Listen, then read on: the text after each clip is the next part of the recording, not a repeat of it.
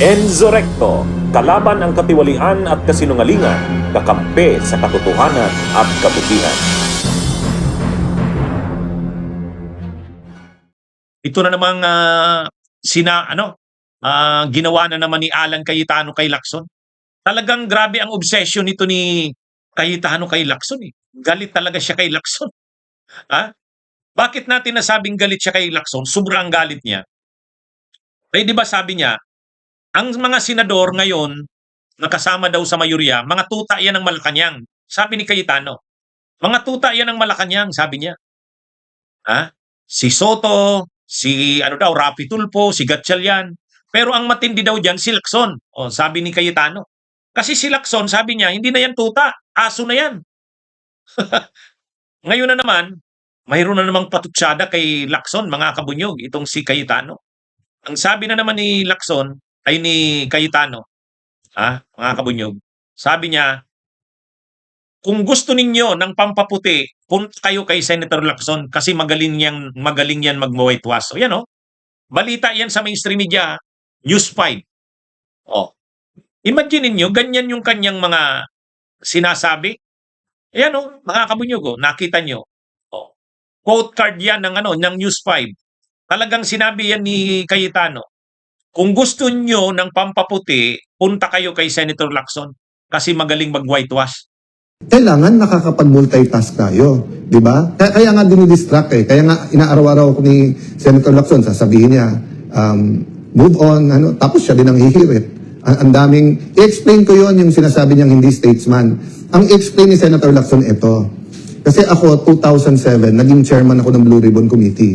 Before that, 3 terms akong congressman. So although nung congressman ako, nababantayan ko lang yung Blue Ribbon Committee, pero hindi naman ako nakakapag-participate. But from 2007 until recently, nababantayan ko at active ako dyan. Halos lahat ng naging chairman dyan, sinusundan ng ebidensya. Halos lahat ng naging chairman dyan sa Blue Ribbon Committee. May reklamo ka man, hindi nila sasabihin committee de absuelto or iwa-whitewash, di ba?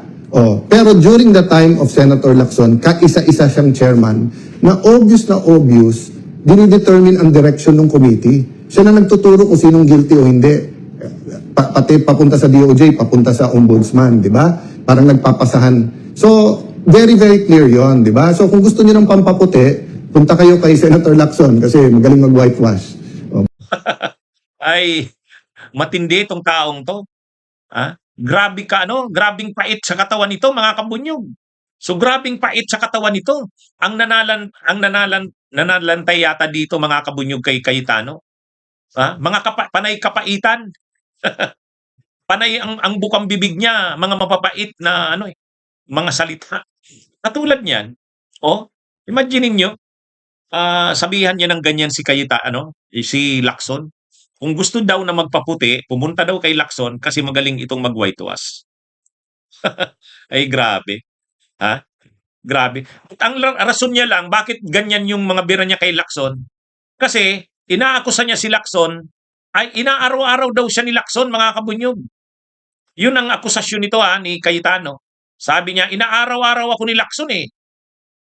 Yan inaaraw-araw ako tirahin ni Senator Lacson. Na ba natin na inaaraw-araw siya ni Senator Lacson? Wala naman Hindi naman siya Sa totoo lang, saka ang mga comment naman ni Senador Lacson, mga naman, professional na comment naman. Hindi naman katulad ng sa kanya na bastos. Ano ba kasi ang latest na comment ni Senador Lacson? Ang huling comment kasi ni Senador Lacson, sabi ganito. Sabi ni Senador Ping Lacson, sa tinagal-tagal ko sa Senado, ang lahat ng mga nakaraang mga Senate presidents, yung mga pagpapalit ng presidente o pangulo ng Senado, lahat 'yan maayos, hindi magulo. Except yung last. Siyempre ang tinutukoy niyang last, yung kay Cayetano, pinalitan ni Gatchalian, yun ang magulo. Tama naman Ngayon, ang sabi kasi ni Lacson, ni Senador Ping Lacson, lahat kasi ng mga nakaraan statesmen.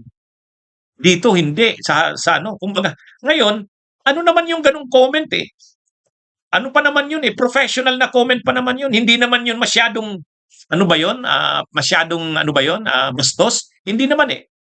Observation niya 'yon ni Senador Ping Lacson, sabi niya, sa tinagal-tagal niya sa Senado, maraming pagpapalit na ng mga Senate presidents, pero itong pinakahuli ang magulo. Ang dahilan, sabi niya, lahat ng nakaraan statesmen. Ibig niyang sabihin, itong huli, ito wala ng statesmanship. Valid naman yung ganung comment eh, di ba? Napaka valid na comment naman yun, observation. Eh ngayon napiko na naman si Alan Cayetano, sabi niya, kaya tinira niya na naman si Lacson, ang sabi niya, kung gusto ninyo na pumuti kayo, punta kayo kay Senador Ping Lacson kasi magaling siyang mag-whitewash. Inaakusahan niya si Senador Ping Lacson na nagwa-whitewash. Ang ibig sabihin niya dito, mga kabunyog, yung mga investigasyon ni Senador Ping Lacson may nililinis. May nililinis. Kumbaga, hindi niya, may pinagtatanggol siya, may pinuprotektahan. Kung sa may nilalabahan siya. Hindi lahat kino-cover ng investigasyon. Ang akusasyon kasi ni Cayetano, actually, yan din ang akusasyon ng mga DDS kay Senador Ping Lacson, nang chairman pa daw ito ng Blue Ribbon, pinoprotektahan daw ang administrasyon. Hindi naman daw iniimbestigahan yung mga anomalya ng nasangkot na ang administrasyon. Pinipili lang daw ni Senador Ping Lacson. Pag sinabi daw na Senador Ping Lacson ito ang guilty, yun lang daw ang nadidiin. Pero yung iba daw, lalo na administrasyon, hindi daw. Kaya ang tawag ni Cayetano, whitewash. Mahilig daw mag-whitewash. So ang akusasyon ni Cayetano, kung gusto nyo na mapumuti kayo, pumunta kayo kay Lacson kasi mahilig siyang mag-whitewash. Matindi naman ang mga banat nito ni Cayetano. Ang rason niya lang, bakit niya ginagawa yan kay Lacson? Kasi inaaraw-araw daw siyang tirahin ni Senador Lacson. Wala naman tayong nakikitang inaaraw-araw siya. Mas mainit pa nga sa kanya ang magkapatid na Tulfo. Itong si Cayetano, hanggang ngayon hindi pa rin makamove on, mga kabunyog. Hindi pa rin talaga makamove on. Grabe, imagine niyo yan, ganyan yung mga parang bata na ang tinanong siya, bakit po lagi niyong tinitira si Senador Ping Lacson? Ang sagot niya, inaaraw-araw din daw siya kasi ni Senador Ping Lacson. Hindi naman siya, wala naman tayong namumonitor ni Senador Ping Lacson na parang siya na ba lagi ang siya ba yung tinitira ni Senador Ping Lacson? Wala naman. Hindi naman ganun. Actually nga, napakakontrolado na ni Senador Ping Lacson ngayon. Hindi siya nag-ambisyon na maging Senate President. Kahit sabi ni Ronald Llamas, kung siya ang tatanungin, ang gusto niyang maging Senate President, si Lacson. Kasi talagang naninindigan si Lacson sa tama. Kung anong tama, kaya lang, itong si Cayetano, diyan siya mainit ngayon. Mainit ang dugo niya kay Senador Ping Lacson. Dahil sa tingin niya, ito daw yung tumitira sa kanya araw-araw.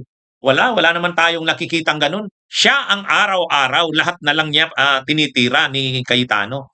Imagine niyo, pumunta ng Mindanao nung isang araw, namigay ng relief doon sa Sarangani. Ano pa rin?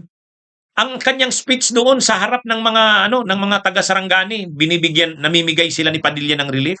Ano pa rin? Mapait pa rin ang kumakain sila doon ni Padilla sa isang karinderya. Ano pa rin? May mga banat pa rin, anong sabi nila? Hindi kami kumakain ng isinuka na. Tapos nag-live na naman siya. Sabi niya, sa lahat ng mga mga nanunood, maliban lang daw dun sa mga galit sa kanya kapag nagpi-Facebook siya. Alam niyo mga kabunyog, mga kababayan, grabe itong ugali nito ni Cayetano. Bunyog, halikan na kasama ka. Bunyog, kapag buklod ay may pag-asa. Luzon, Visayas, Mindanao, isa ang pananaw. Sa bagong Pilipinas ang bunyog isisigaw. Bunyog, bunyog.